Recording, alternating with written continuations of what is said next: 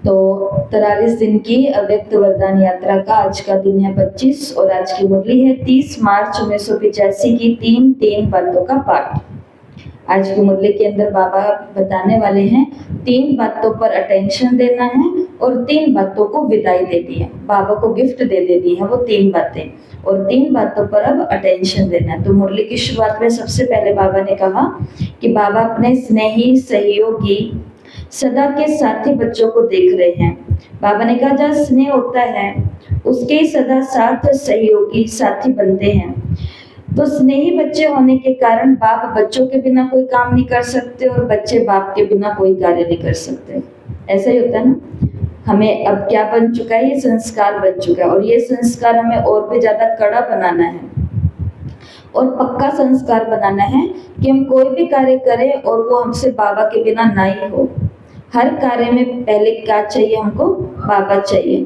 तो बाबा ने कहा बाप का बच्चों से और बच्चों का बाप से स्नेह है, बाबा का हमसे स्नेह। इसलिए बाबा ने कहा कि मेरा भी कोई कार्य बच्चों के सिवाय नहीं हो सकता। तो यह है स्नेह। दूसरा बाबा ने मुरली के अंदर बात की कि साथी। साथी किसको बोलते हैं? जो हर कदम में अपने स्नेही को साथ निभाता है। मतलब साथी के साथ में पूरा साथ निभाना उसे कहा जाता है साथी, सच्चा साथी। बाबा ने कहा हर कदम में, हर संकल्प में, हर बोल में साथ निभाने वाले। फॉलो करना अर्थात साथ निभाना। तो हम केवल स्नेही नहीं हैं। स्नेही का मतलब है कि उसके बिना हम कोई भी कार्य नहीं करते, स्नेही के बिना। दूसरा साथी। साथी का मतलब है जो हर संकल्प में, हर कर्म में और हर बोल में सदा साथी का साथ निभाने वाला हो, फॉलो करने वाला हो। सच्चे साथी को मेहनत नहीं करनी पड़ती। क्यों नहीं करनी पड़ती? क्योंकि वो ऐसे कदम उठाऊं या वैसा कदम उठाऊं, उनको ये सोचना नहीं पड़ता, क्योंकि उनके लिए रास्ता तैयार है। उनको पता है मेरे स्नेही ने मेरे लिए रास्ता बनाया, मेरे बाबा ने मेरे लिए रास्ता बनाया है। तो साथी अर्थात फॉलो करने वाला, साथी अर्थात साथ को निभाने वाला। तो जो फॉलो करेगा, जो अनुकरण करेगा, जो अनुयायी होगा, वो उसको पैर इधर रखना है या इधर रखना, उसको कुछ नहीं सोचना। उसको पता है ये रास्ता बना हुआ है, इस पे ही जाना है। तो वैसे उठाऊं कदम या वैसे उठाऊं, ये सोचने की मेहनत नहीं करनी पड़ती। स्वतः ही बाप के कदम पर कदम रखने के सिवाय जरा भी यहाँ वहां नहीं हो सकता। ऐसे सच्चे साथी बच्चों के मन में, बुद्धि में, दिल में क्या समाया हुआ है? मैं बाप का, बाप मेरा। तो मुरली की 2 पॉइंट याद रखना। पहली पॉइंट है स्नेह की। स्नेह के पॉइंट में याद रखेंगे कि हमारे कार्य, बाप बच्चों के बिना कार्य नहीं कर सकते, बच्चे बाप के बिना कार्य नहीं कर सकते, क्योंकि ये है प्यार, ये है स्नेह। दूसरी पॉइंट याद रखना साथी। साथी किसे कहा जाता है? जो हर कदम में, हर संकल्प में और हर बोल में साथ निभाता है। मतलब जो कहता है वही करता है, जो सोचता है वही करता है। और सच्चे साथी का मतलब होता है कि जिसको मेहनत भी नहीं करनी पड़ती, कौन सा कदम उठाऊं ये भी नहीं सोचना पड़ता, क्योंकि हर कार्य के लिए डायरेक्शन बने हुए हैं, हर कार्य के लिए श्रीमत मिली हुई है। तीसरी पॉइंट है इस मुरली से जो बाबा ने कही कि फिर उनको मेहनत नहीं करनी पड़ती। अभी बाबा बधाई दे रहे हैं। बधाई किस बात की दे रहे हैं? कि सभी ने अपने अपने उमंग उत्साह से याद में, सेवा में आगे बढ़े, बाप का प्रत्यक्षता का झंडा लहराया। और फिर बाबा ने कहा जब कोई झंडा लहरता है तो उसके अंदर जो पुष्प होते हैं, जो फूल होते हैं, तो वो नीचे गिरते हैं। मतलब फूलों की क्या होती है? बारिश होती है। बाबा ने कहा आपने ये जो सेवा का या बाप की प्रत्यक्षता का झंडा फहराया, जिन लोगों को पता नहीं था कि बाप आ गया, आपको उन्होंने आपने बताया कि एक बाप है और वो बाप आ गया है। तो बाबा ने कहा इस कारण से सभी के ऊपर कौन से फूलों की वर्षा हुई? सबके ऊपर फूलों की वर्षा हुई कि सर्व का एक ही बाप है, सर्व का सद्गति दाता एक ही है। बाप कहा और वर्षे के अधिकारी बने। तो कौन से फूल बरसे?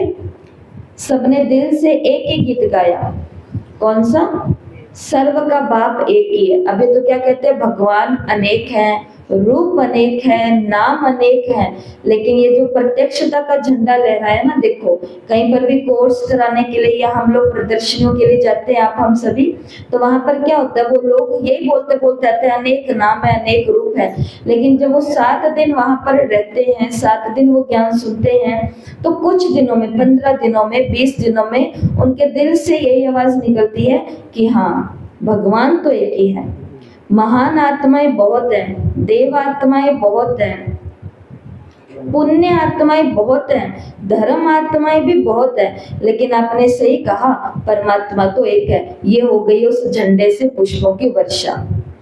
तो झंडा है बाप को प्रत्यक्ष करना, अपने अपने स्थान पर अलग अलग तरीके से सेवाएं करना, उमंग उत्साह से सेवा करना। तो जब झंडा फहर जाएगा तो उसमें से कौन से फूल गिरेंगे?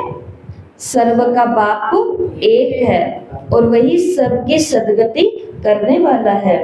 तो ये मुरली की तीसरी पॉइंट थी, बधाई वाली। पहली थी स्नेह की, दूसरी थी साथी की, और तीसरी है बधाई की। बाबा ने कहा, अब चौथे पॉइंट इसी से जुड़ी है कि बच्चों ने उमंग उत्साह से सेवाएं की अलग अलग स्थान पर। बाबा ने कहा एक भी बच्चा ऐसा नहीं है जिसके अंदर उमंग उत्साह ना हो। देखो थोड़ा सा भी कोई सेवा होती है तो सभी के अंदर कितना सारा उमंग आ जाता है। और कभी कभी सेवा भी नहीं होती, मान लो कि हम एक किसी स्थान पर घूमने के लिए जा रहे हैं, अभी तक तो पहुंचे ही नहीं, अभी तक तो बात की कि हम जाएंगे, लेकिन अंदर में उमंग आता है कि नहीं आता कि मैं ये लेके जाऊंगी, फिर मैं वहां पे ये बताऊंगी, मैं ये एक्टिविटी करवाऊंगी, मैं ऐसा। तो बाबा ने कहा सेवा करने वालों बच्चों के अंदर उमंग उत्साह तो सभी में है, लेकिन एक होता है बाबा ने विघ्नों को पार करते करते सेवा करना, और एक होता है निर्विघ्न तरीके से सेवा करना। एक होता है विघ्न आते जा रहे हैं, सेवा करते जा रहे हैं, विघ्नों को पार करते करते सेवा करना, और दूसरा होता है निर्विघ्न। निर्विघ्न का मतलब है विघ्न आया, दूर से देखा, उधर से ही भगाया, अब आराम से हमें सेवा करने दो। ये बाबा ने कहा। माया को, पहले तो आप कौन थे? माया के फ्रेंड्स थे। पहले हम कौन थे? माया के फ्रेंड थे। एक बहन ने कहा कि दीदी मेरे को भोग लगवाना है। मैंने कहा हाँ ठीक है, तो दीदी अब मेरे को बताओ भोग की कितनी माया पकड़ानी है। मैंने कहा माया, क्योंकि हमने तो लौकिक में भी ये शब्द नहीं सीखा था। आपको सच्ची बात बताओ, लौकिक के अंदर भी कोई ये नहीं बोलता था कि पैसा माया होती, क्योंकि और बच्चों के सामने ऐसी कोई बात होती भी नहीं थी शायद। तो हमने कभी ये तो ज्ञान में आके हमें पता चला कि लोग पैसे को माया कहते हैं। और ये बाबा की मुरलियों से पता चला कि धन तो संपत्ति है, धन माया नहीं है। तो उन्होंने बोला कि दीदी भोग लगवाना है, भोग की माया कितनी भेजूं? भोग की माया? मैं क्या, भोग खाने से तो माया हट जाती है। हट जा माया पाछे ने। तो बाबा ने कहा पहले तो आप सभी कौन थे? माया, अर्थात विकारों के, विकृतियों के, कसायों के। इन सभी, कसाई बोलते हैं विकारों को, कमियों को। इन सभी के हम कौन थे? फ्रेंड्स थे। उसका काम हम कर रहे थे। दुनिया को बुरा बनाने में हम भी माया के थोड़े थोड़े हेल्पर्स थे, सहयोगी थे, फ्रेंड्स थे। लेकिन अब हम कौन बन गए हैं? माया को चैलेंज करने वाले, माया जीत बनने वाले। क्या चैलेंज कर दिया हमने माया को कि अब सीधा तुमको संगम युग से ऐसा हटाएंगे, इस दुनिया से ऐसा हटाएंगे कि 2 युगों के बाद या ना 2500 साल तक तुम्हारा कोई काम नहीं है। ऐसा हमने माया को क्या किया? चैलेंज किया कि नहीं किया? द्वापर में भी सिद्धि नहीं आएगी, थोड़ी धीरे धीरे। तो मुरली की चौथी पॉइंट भी सभी को याद रखनी है कि सेवा करनी है, लेकिन सेवा कैसे करनी है? निर्विघ्न करनी है। दूर कोई बात आ रही है विघ्न की, देखो हिंट तो पता चल जाते हैं ना हम सभी को, और आप तो वैसे भी अनुभवी हो और सेवाओं में भी हम सभी अनुभवी हैं। उमंग उत्साह के साथ साथ बाबा ने कहा ये भी तो विघ्न करते हो। एक विघ्न पाठ पढ़ाने आता है और दूसरा विघ्न हिलाने के लिए आता है। तो विघ्न तो आएंगे, बाबा ने कैसा हो ही नहीं सकता विघ्न ना आए। तो फिर हम निर्विघ्न कैसे वाला टाइटल कैसे मिलेगा? विघ्न आएंगे, लेकिन विघ्न पाठ पढ़ाने के लिए आया है। अक्ल दिलाने के लिए आए कि अब से मुझे ये काम नहीं करना क्योंकि पहले ये हो चुका है। और दूसरा विघन आता है किसके लिए? हिलाने के लिए। बढ़िया चीज भी क्या हो जाती है? रुक जाती है। तो फिर बाबा ने कहा, फिर उससे क्या हो जाता है? विघ्नों से घबरा जाते हो तो रजिस्टर पर दाग पड़ जाता है। इसके लिए चैलेंज तो खेल वाले होते हैं, आया और गया, दूर से जान लिया, दूर से भगा दिया, टाइम वेस्ट नहीं करते। तो सेवा कैसी करनी है? निर्विघ्न करनी है। सेवा कैसे करनी है? दूर से माया को देखा भगाया वाली करनी है। सेवा कैसे करनी है? विघ्न आएगा, लेसन पढ़ा दिया, मैं सीख गई, अब बाबा का कार्य कर लेते हैं। और सेवा कैसे करनी है? उमंग उत्साह से करनी है। और बाबा ने कहा टाइम नहीं वेस्ट करना। विघ्नों के अंदर तीव्र पुरुषार्थी बनना। विघ्नों के अंदर बाबा ने कहा टाइम नहीं वेस्ट करना। तो सेवा में तो सभी अच्छे हैं, लेकिन सेवा के साथ साथ निर्विघ्न का भी रिकॉर्ड चाहिए। ठीक है? दूसरों की भी गलतियों से सीख सकते हैं। हाँ, तो दूसरे की गलती से भी सीख सकते हैं। तो ये देखो बाबा ने यहाँ मुरली में भी इसी से जुड़ी एक बात कही थी कि विघ्न का मतलब क्या होता है। जिस यहाँ पर कोई बात आए कि आप पढ़ना घर जा करके कि बाबा ने ऐसा तो कुछ कहा है इस मुरली के अंदर कि ना खुद विघ्न रूप बनेंगे और ना किसी के विघ्न रूप से घबराएंगे। ये वाक्य इसी मुरली के अंदर आया है। ये रहा, हलचल में नहीं आएंगे, विघ्नों के वशीभूत नहीं हुए। सुनाया ना विघ्नों के वश होना है और ना स्वयं किसी के आगे विघ्न रूप बनना है। मेरे कारण किसी के भी जीवन की यात्रा में विघ्न नहीं आना चाहिए। वो अपना कमा रहे हैं, हमें अपना कमाना है। वो अपना घर सुंदर बना रहे हैं, हमें अपना बनाना है। वो अपने रिश्तों को प्यारा कर रहे हैं, हमें अपने रिश्तों को प्यारा करना है। वो अपने सेंटर को आगे लेके जा रहे हैं, हमें अपने सेंटर को आगे लेके जाना है। वो अपनी दीदी को बढ़ा रहे हैं, हमें अपनी दीदी को बढ़ाना है। वो अपने जिज्ञासुओं को प्यार कर रहे हैं, हमें अपने जिज्ञासुओं को प्यार करना है। तो कोई विघ्न रहेगा? लेकिन संसार में क्यों है इतना विघ्न? एक इंग्लिश में शब्द आता है लेग पुलिंग, जिसको कहते हैं टांग खिंचाई करना, कि मैं तो ऊपर तक नहीं जा सकता लेकिन तेरे को भी नहीं जाने दूंगा। मैं तो रोज ये वाला आनंद नहीं ले सकता लेकिन तेरे को भी नहीं लेने दूंगा, तेरे को भी मैं बिठा दूंगा। तो ये क्या होता है? किसी के जीवन की यात्रा में विघ्न रूप बन जाना। तो ऐसे क्यों ही किसी को कोई बात, क्यों ही कोई काम, क्यों ही कुछ और। तो ये मुरली की कौन सी पॉइंट थी? चौथी पॉइंट थी। पहली कौन सी थी? स्नेह। दूसरी कौन सी थी? साथी। तीसरी कौन सी थी? बधाई, झंडा, बधाई। और चौथी कौन सी थी? सेवा करनी है पर निर्विघ्न करनी है, टाइम वेस्ट नहीं करना। उमंग उत्साह के लिए तो देखो बाबा ने कह दिया कि उमंग उत्साह तो सभी बच्चों में है ही ना।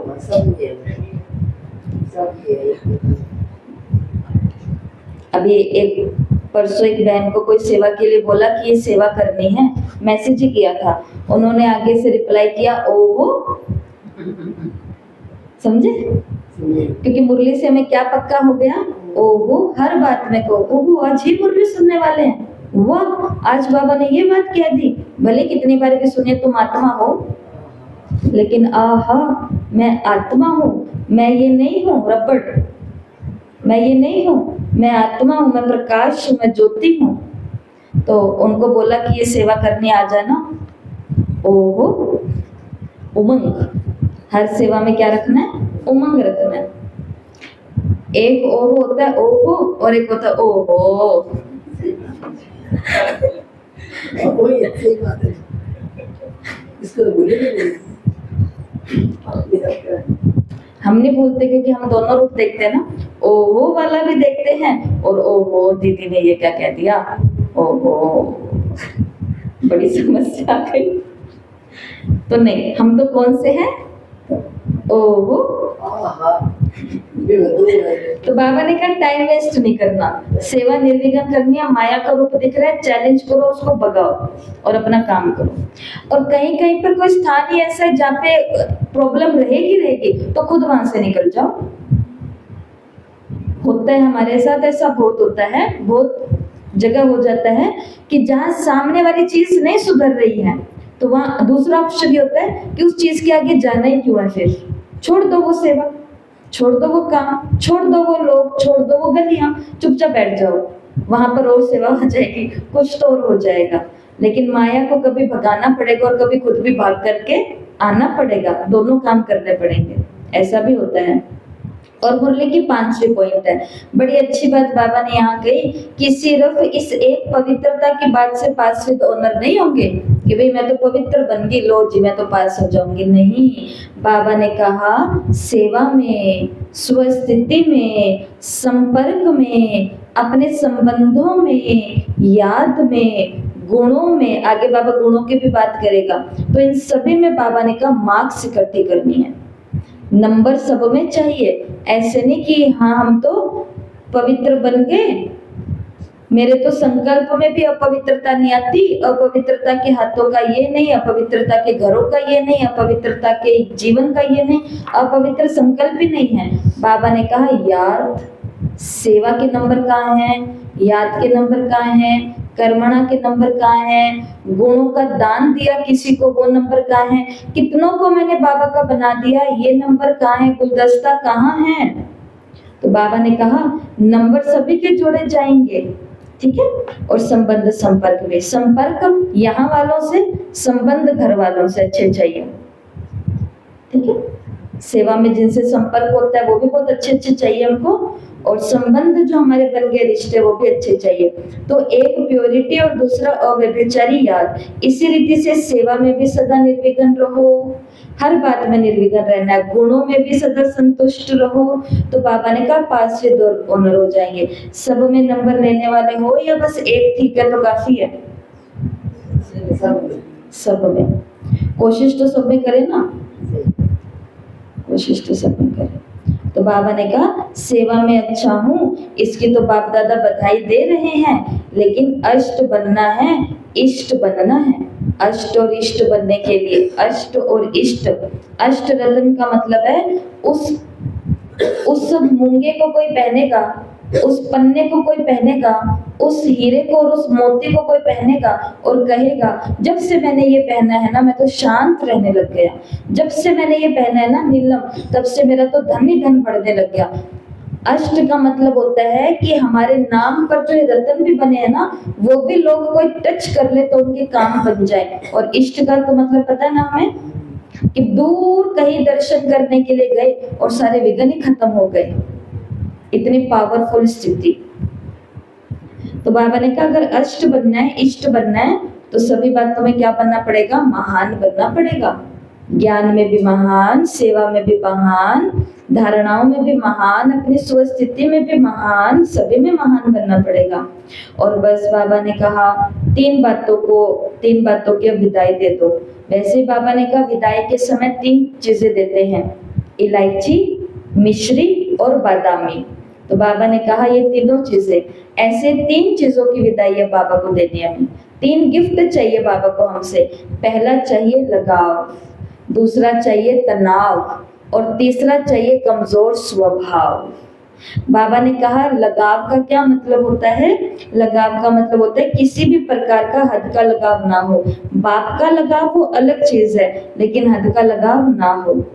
आपको बताते रहते ना बात बीच बीच में, सेवा से लगाव, सेवा साथी, बाबा, निमित्त, ये एक अलग डिपार्टमेंट है।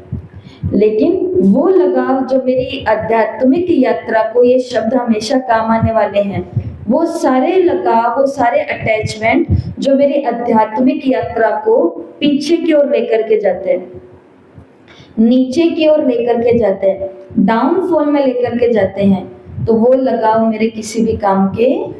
बाबा ने कहा ये बाबा को गिफ्ट दे दो। बाबा ये आत्मा आपकी, बाबा ये साधन आपका, किसको दे दो? बाबा को दे दो। तो बाबा ने कहा एक तो लगाव दो, दूसरा क्या दे दो मेरे को? तनाव। किसी भी प्रकार का स्वयं से व किसी से तनाव, तनाव का मतलब क्या होता है? खींचतान चलती है ना, अंदर ही अंदर खींचा चलती है, ये दिखती नहीं है लेकिन ये चलती है। माया से युद्ध के बजाय आपस में खींचतान ना हो, युद्ध करनी है किससे? माया से। और युद्ध करने लग गए हम किससे? एक दूसरे से। शांति। एक दूसरे में क्या चाहिए? शांति। और तीसरा क्या होता है? तीसरा, कमजोर स्वभाव भी कोई ना हो। और कमजोर स्वभाव के ऊपर बाबा ने इतनी सुंदर बातें कही है कि तुम्हारा स्वभाव कैसा होना चाहिए, तुम्हारे बाप का स्वभाव कैसा है, आपके पिता का स्वभाव कैसा है। शिव बाबा के स्वभाव में क्या है? प्रेम है, करुणा है, शांति है। देखो भगवान का स्वभाव कितना शांत वाला है कि उसके रूम में जाके बैठते हैं तो शांति आ जाती है। उसको कहते हैं बाबा आप भी आओ, अब आप भी कुछ करो। इतने में हमारा मन तो शांत हो जाता है ना। कुछ होएगा नहीं होगा, अच्छा होगा माड़ा होगा, कैसा होगा, अभी होगा कि कल होगा कि परसों होगा, लेकिन जैसे बाबा को बोला तो मन में शांति आई कि नहीं आई। और ये महावाक्य सुनते उसके उच्चारे में, ये एक एक बोल किसका है? बाप का है। तो हमारे बाप का स्वभाव कैसा है? बाप का स्वभाव क्या है? पेज नंबर 152, सदा हर आत्मा के प्रति कल्याण व रहम की भावना का स्वभाव, हर एक को ऊंचा उठाने का स्वभाव, मधुरता का स्वभाव, नम्र निर्माणता का स्वभाव। मेरा स्वभाव ऐसा है, ये कभी नहीं बोलना आपसे। बाबा ने कहा ये मेरा कहाँ से आया? तो ये तेज बोलना, आवेश में आना, ईर्ष्या करना, बताओ ईर्ष्या करना भगवान का स्वभाव है। कितने लोग आज दुनिया में भगवान बन के बैठे हैं? भगवान को ईर्ष्या होती है? बताओ जरा मेरे को। होती है? नहीं होती ना? नहीं होती ना? कितने भगवान से भी ऊपर बन गए हैं हम। मैं बन जाऊं आज, उसको कोई प्रॉब्लम होएगी? वो कहेगा तुम भी मजे लो, भगवान बन करके तुमको भी जो सुख चाहिए वो ले कि मेरे बच्चे मेरे समान बन रहे हैं, चलो कोई प्रॉब्लम। ईर्ष्या नहीं होती उसको कि ये क्या कर रहे हैं, शक्ति नहीं। भगवान के अंदर ईर्ष्या का कोई नाम निशान नहीं है। और भगवान के लाल के अंदर भरी पड़ी है। अब इसकी विदाई कर देनी है हमको। ये भी ईर्ष्या से हमको लगाव हो गया है ना, इसको हमको विदाई करनी है। और क्या सोचना है जब किसी के प्रति ईर्ष्या है? तो क्या सोचना है जल्दी बताओ, क्योंकि शस्त्र होने चाहिए ना। उस दिन आपको काम दिया था कि हर एक बात के लिए शस्त्र चाहिए। मेरे को किसी से ईर्ष्या आ गई है, ये मेरे से ज्यादा अच्छा होमवर्क कर रहे हैं कैलाश में, मेरे से ज्यादा अच्छे नोट्स बना रहे हैं, मेरे से ज्यादा अच्छी रीडिंग कर रहे हैं, मेरे से जल्दी जल्दी सारा काम कर रहे हैं, और मेरे को इनसे मन ही मन में ईर्ष्या आ गई।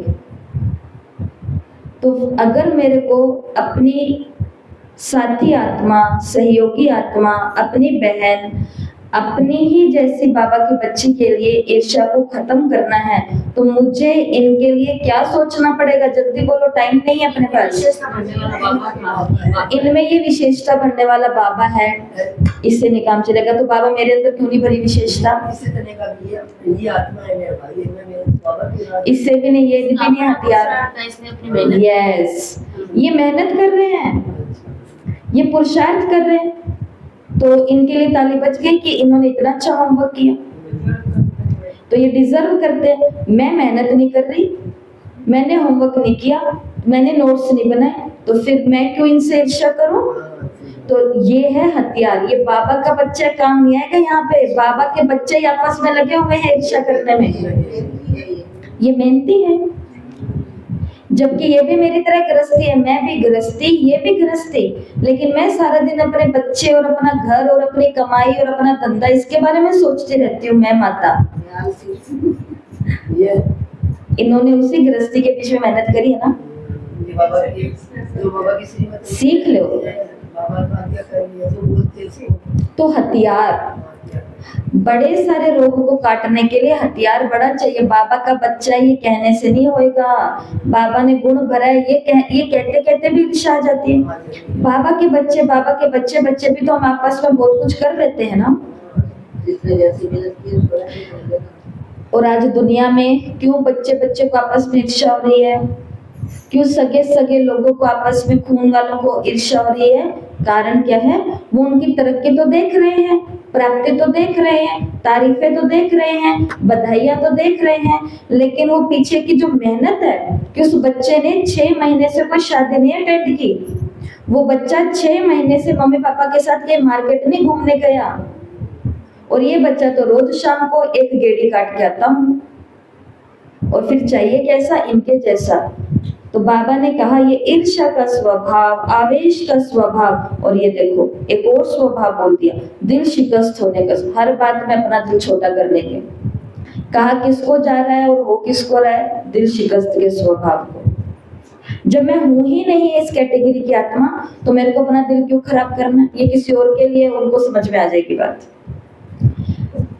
तो हमारा कमजोर स्वभाव की गिफ्ट बाबा को देनी है, बदले में क्या लेना है, बाबा का स्वभाव लेना है। सबके लिए रहम, सबके लिए कल्याण, सबको ऊंचा उठाने की भावना, मधुरता का स्वभाव और निर्माणता। निर्माणता मतलब मान नहीं चाहिए, मिलेगा तो बल्ले बल्ले, नहीं मिलेगा तो भी काम करते रहेंगे, तो भी बल्ले बल्ले। गुप्त वो एक साथ मिलेगा। तो बाबा का ये निर्माणता का स्वभाव है, ठीक है। तो ये तो हो गया कमजोर स्वभाव अपने को बाबा को देना है, ठीक है। और दूसरा तनाव क्यों आता है, मैं, जहां मैं होता है ना वहां पर खींचतान चलती है, ये मेरा है, वो बीच में रह गया बेटा, और इधर आ गई मम्मी, और इधर आ गई वाइफ, वो दोनों उसको खींच रहे, ये मेरा है, ये मेरा है, ये मेरा है, ये मेरा है। उसके चक्कर में ये दोनों का तो कुछ हो रहा है कि नहीं हो रहा, पर उस आत्मा का तो हम कुछ नहीं रहने दे रहे ना। नहीं करना हमें खींचातान तुम्हारा, मेरा तो बाबा, दूसरा ना कोई।